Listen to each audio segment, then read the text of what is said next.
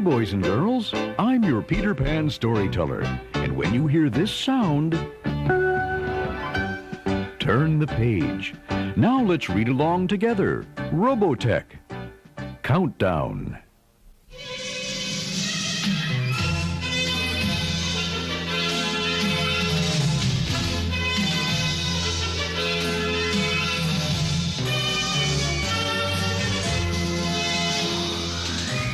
When we left our young friend Rick, you may recall, he had just crash-landed in a fighter plane that had somehow turned into a giant robot.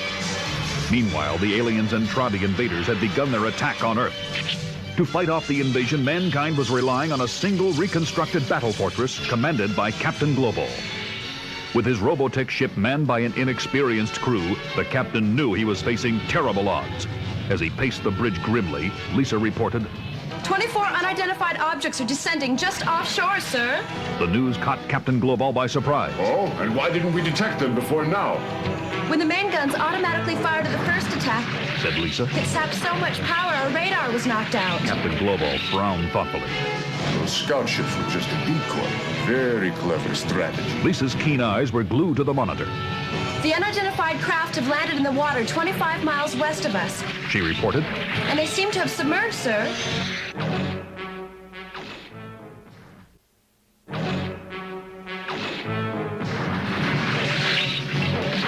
All Prometheus, snapped the captain. And order them to send out reconnaissance choppers. Minutes later, one of the recon helicopters radioed back. This is PHP 202. We're approaching target area and no sign of alien craft so far. Over. Roger, PHP 202. Approach with caution. Lisa warned. Craft suspected to be submerged in the ocean. She had barely spoken when the enemy craft rose into view, guns blazing. The choppers were blasted out of the sky.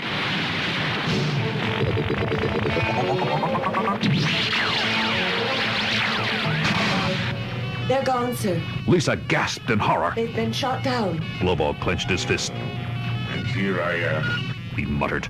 the helpless captain of an untested ship with an inexperienced crew. Well, Captain, put in Senator Russo. It's lucky for us that we got this ship ready in time to fight off the invaders. When do you take off? You must think I'm out of my mind. I can't take the ship into combat with a crew of raw recruits who have never flown in space before. Russo's eyes narrowed. It sounds to me as though you're saying you have no confidence in your crew. I didn't say that. Then what is the problem? Barked the senator. We spent a fortune on this Robotech ship, and I don't want to see it destroyed on the ground. Captain Global started to protest. Somehow he had to make this cigar-chewing idiot see reason. Senator. No, Captain. No more excuses. Senator Russo cut him short. Take off. Well, if that's your order. That's right, Captain. It is. Gritting his teeth, Global turned back to the control console, but he murmured under his breath. We aren't ready for combat. We just aren't ready.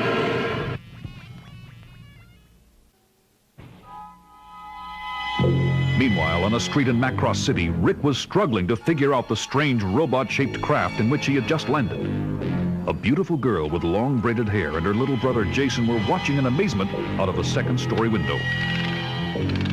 Wow! Look how big it is! Said the little boy. Be careful, Jason! Said Min May, trying to stop him from leaning too far out. I wonder where it came from! He exclaimed.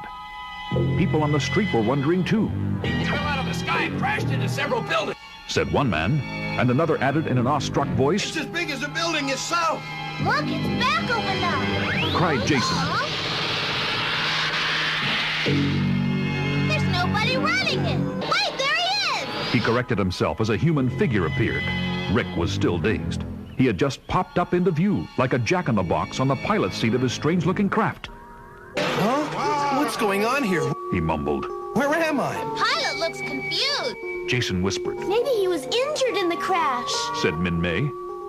Rick noticed them staring at him. I must be seeing things. This used to be a fighter plane, he said. Excuse me, what is this? I mean, what does it look like to you? Some kind of robot, I think. Min May said helpfully. Rick was relieved to hear it. Oh, great. Wow. When I got into this thing, it was an aircraft. I thought I'd gone nuts. He broke off and glanced around as an auto horn honked loudly. What? Get that thing off the road! shouted the driver of a big tractor trailer. I have a truckload of vital military supplies to deliver, and I'm in a hurry. Now move it! Rick scratched his head. I don't know how it works, but I'll try. Good luck. Min-May called to him. Thanks. And please be careful. She added. Her heart was beating faster because she liked the looks of this young pilot, and she was praying for his safety.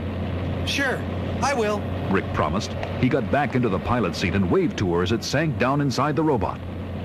So long. I hope I see you again sometime. Min-May waved back.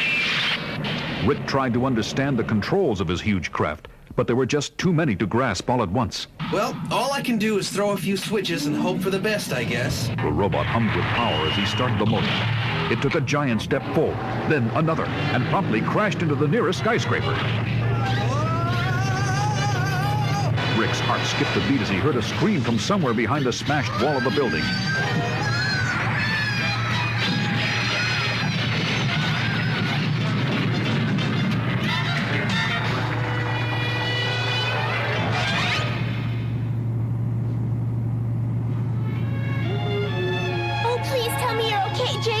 Min-May cried in terror. The air was filled with dust and rubble from the crash. I am. Her little brother's voice replied. Rick's head popped up again out of the robot's metal shoulder. Are you two okay in there? He called anxiously. Huh? We're okay. Came the answer. Rick heaved a sigh of relief. Phew. Thank goodness. Back on the Robotech command ship, the crew was preparing for takeoff, despite Captain Globall's silent misgivings. Gravity control systems 1 through 48 are green light. Lisa spoke into the intercom mic. Please confirm, over. Roger, green light. I am now switching from manual to computer control. She went on. The voice communications continued back and forth over the intercom system. One of the bridge crew came up to report. Priority 1 transmission from headquarters, Captain Global. Armor 1 reports completion of recovery procedures and is departing now to join Armor 10 at Rendezvous Charlie. Thank you, Vanessa. The captain nodded and turned to issue an order. Claudia, check the reflex furnace and see if we've recovered full power. Ready condition on furnace power, sir. Very good. Anti-gravity, full thrust. Aye, aye, sir. Full thrust. Said Claudia, and repeated into the mic. Anti-gravity, full thrust.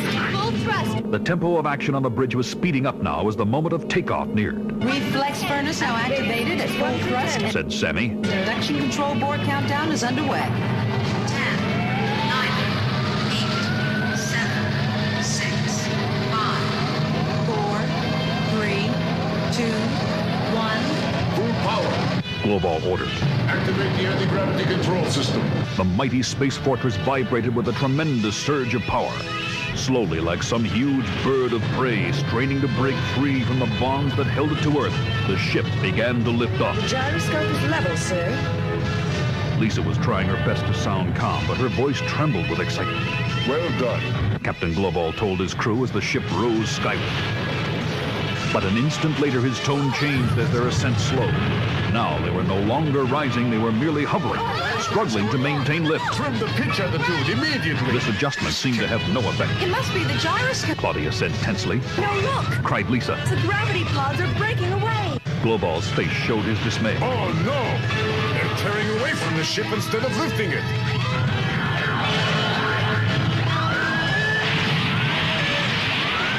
This can't be happening. But it was happening. The proud battle fortress, which had taken so much time and effort and money to rebuild, was failing its first flight test, just when mankind needed it most. The ship is losing altitude, Captain. Claudia reported fearfully. Global's knuckles whitened as his nails dug into his palms. Please, tell me I'm dreaming this. He muttered. It's a nightmare. The huge craft shuddered as it hit the ground with a deafening clang and a bone-jarring thud. Everyone clutched the nearest handrail for support, and many were thrown to the deck. Captain Global pulled himself together. Is everybody okay? He asked. A chorus of voices came back. I want a full damage report. He said crisply. Give me a computer readout on every system on board. Yes, sir. Lisa began the necessary routine. Global rubbed a weary hand over his eyes. They'll never let me hear the end of this. You shouldn't blame yourself for this, sir. But he shrugged gloomily, knowing only too well that Senator Russo and others would blame him. I am the captain, He reminded her. Lisa turned to the monitor as Lieutenant Commander Roy Foker's voice came over the radio. This is Skull Leader, Veritech Team to SDF-1. Mission completed. We met the enemy air assault and we sent them back where they came from.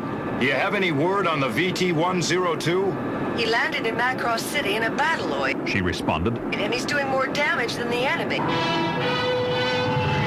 I should have known better than to leave him alone. Roy peeled off from formation and dived toward the city. Aha! There's the battleoid. This is Skull Leader calling VT-102. Do you read me? Over. Hi, Roy. It's me. Rick acknowledged. Had a busy day down there, I see. The Skull Leader said sarcastically as his gaze took in the damaged skyscraper. Yeah, you might say that, big brother. Rick tried to pass it off lightly, but he sounded sheepish. Now what? He asked, eager to change the subject. His eyes widened as he saw Lieutenant Commander Foker's plane sprout what looked like mechanical legs, then arms. By the time it landed, the fighter plane had changed into a giant robot like his own battleoid. I must be dreaming. Rick murmured. I don't believe it. His two new friends were as goggle-eyed as Rick at the fantastic spectacle. That airplane became a robot too! Gasped the little boy named Jason. And now, boys and girls, please turn the cassette over. And his big sister Min May agreed.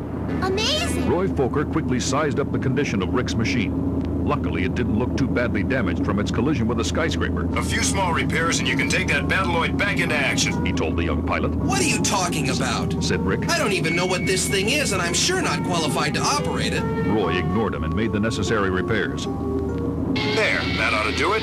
Switch on low energy and depress the foot pedals slowly, he told Rick. Okay, here goes. Much to his own surprise, Rick found himself actually manipulating the battleoid. That's it. Roy approved. See how easy it is? Phew.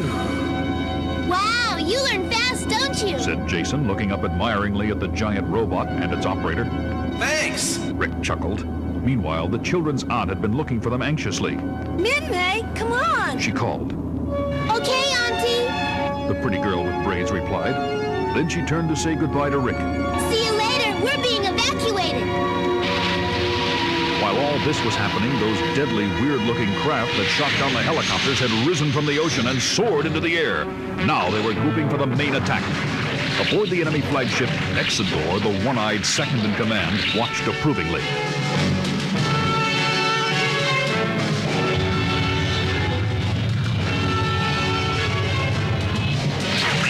Battle pods have landed, Commander. He told his chief. We're ready to attack.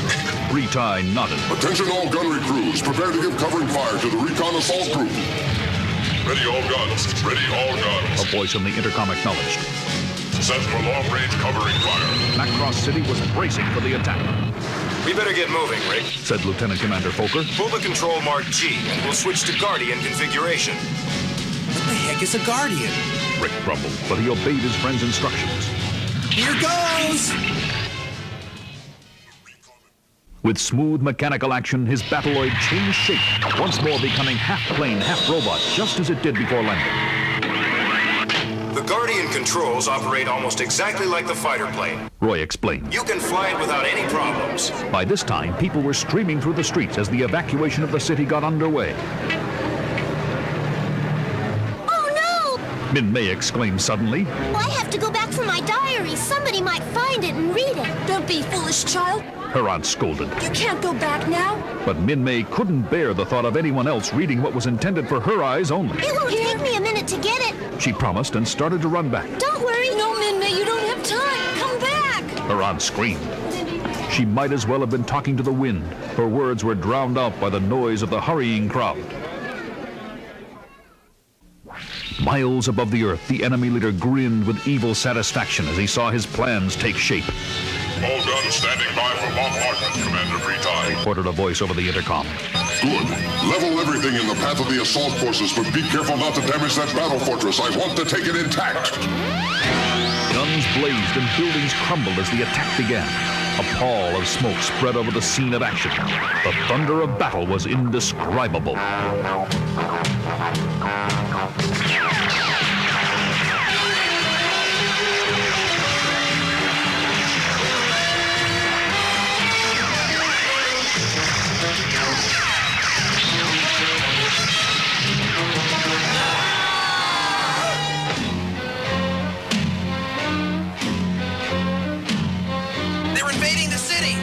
cried Rick. I hope everybody got out okay. If you're worried about your girlfriend, said Roy, we might check on her. Could we? Rick's heart leapt as he thought of the pretty girl who had watched so sympathetically when he first tried to operate the Battloid. But he crossed his fingers. There was no telling what might have happened by now to the evacuees. Aboard the Robotech Space Fortress, Captain Global was doing his best to meet the attack in spite of his disabled ship. Do we have a fix on where that bombardment is coming from? He inquired. A fleet of spaceships in lunar orbit. Claudia reported. Beyond the range of our missiles. Global muttered. He felt totally and maddeningly helpless. Captain, an alien assault force is approaching from the east. Lisa broke in. We need air support. Call for it. Global ordered. She spoke into the radio.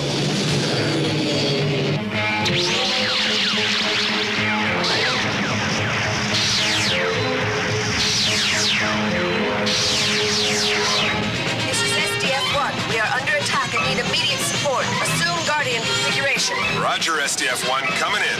Roy Fokker responded. All Veritech switch to Guardian mode. He and Rick were already in contact with the invaders as the enemy forces swarmed over Macross City. Suddenly, he caught sight of Min May. She was running through the very thick of the firefight, and an enemy Battloid was closing in on her. Min May screamed in fear and dodged swiftly as it tried to capture her. Take it easy, honey. You're okay. Roy called out. We'll protect you. To his young partner, he added. Take care of the girl, Rick. I'll hold them off. You can't handle them alone. Rick objected, not wanting to duck a fight and leave Roy in a tight spot. Don't argue with me. I'll draw their fire while you get her out of here. Rick's craft swerved toward Min May. Stay right there. He shouted. I'll pick you up. I thought you were an amateur. She joked nervously, trying not to show her plight. Rick still wasn't sure how well he could operate this big, scary machine, but he aimed the robot's arm as deftly as he knew how. Min May gasped as the huge metal hand swooped down on her. Get out of here, Rick. The flight officer called impatiently. Fire your jets. Min May gave a faint scream as the giant hand scooped her up and its fingers closed around her.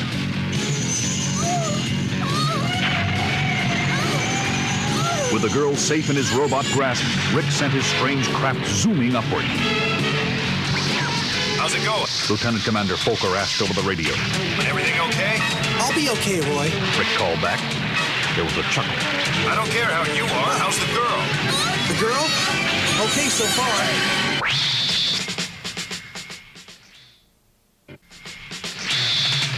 Better take good care of her. If anything happens to her, you'll have to answer to me. Oh, don't forget, big brother, I saw her first. Rick laughed as Roy responded. That's how it is, huh? We'll discuss this later. Min May was wide-eyed and breathless as they sped through the air. It was frightening enough to be flying at such a height above the ground, held only by a giant metal hand with the wind blasting into your face. But the din and sight of battle going on all around her made the whole experience even more terrifying. She cried weakly. Oh boy, I gotta find some way to get her in here. Rick muttered. At least she wouldn't be so exposed to enemy fire once she was huddled beside him in the flight compartment. Uh-oh. He had just caught sight of an enemy Battloid which looked as though it was about to attack.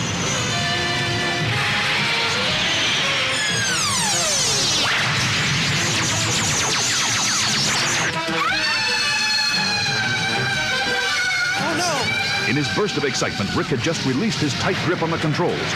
With a scream of panic, Min May slid from the robot's metal fingers. She was tumbling through the air, plummeting toward the ground.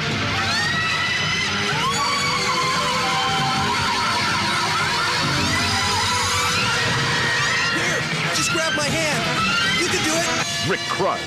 With a desperate lightning effort, he swooped down again and sent the robot's hand shooting out to catch her, not daring to let himself think what would happen if he failed.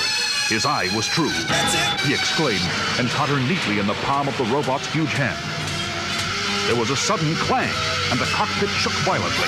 Rick gasped in horror. His robot's hand had just been shot off by enemy fire, and once more Min May was falling. There was no time to think.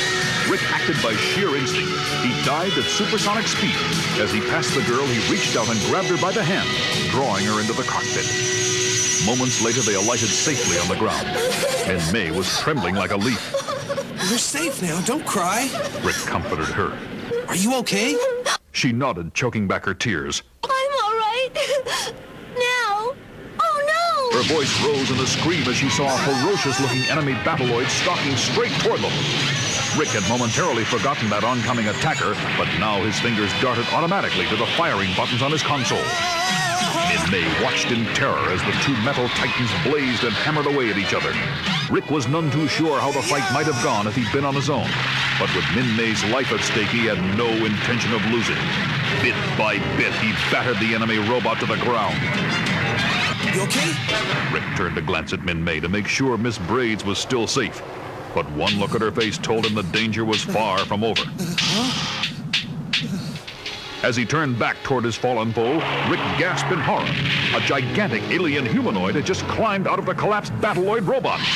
And now it was lunging at him, huge hands outstretched. Min-May fainted in sheer terror. Rick gaped at the creature, too panic-stricken to react. Luckily, before it could reach him, Roy Fokker swooped to the rescue and blew it away.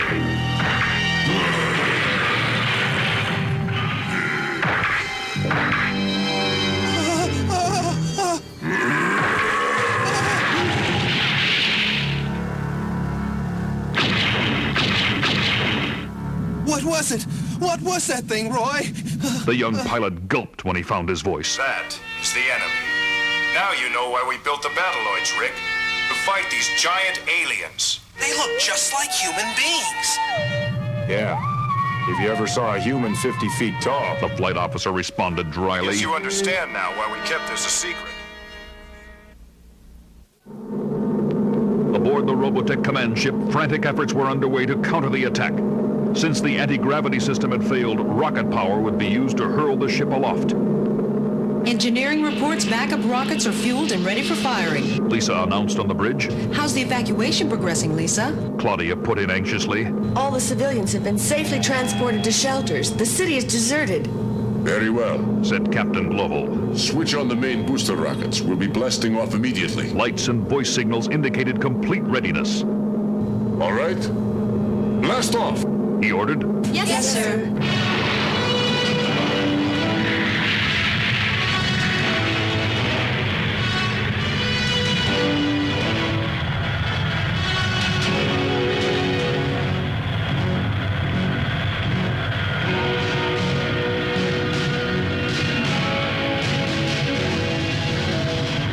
Lisa switched on her mic. Attention, Skull Leader. SDF-1 is taking off. Request air cover. Over. We're on our way. Roy Fokker zoomed into the air and called back to the young pilot he had just rescued. Come on, Rick, let's go. Get the lead out. But the other Guardian craft remained motionless. Come on, Rick, what's the matter with you? There was no response. Horrified by the sight of the giant alien and the death and violence he has just witnessed, young Rick was stunned. Meanwhile, the battle fortress has blasted off to rendezvous with the orbiting space platforms. The helpless Rick and the unconscious Min-May are left behind, surrounded by invaders. In our next episode, the aliens continue closing in, and the battle for planet Earth becomes even more intense. Watch for Spacefold, the next exciting chapter in the saga of Robotech.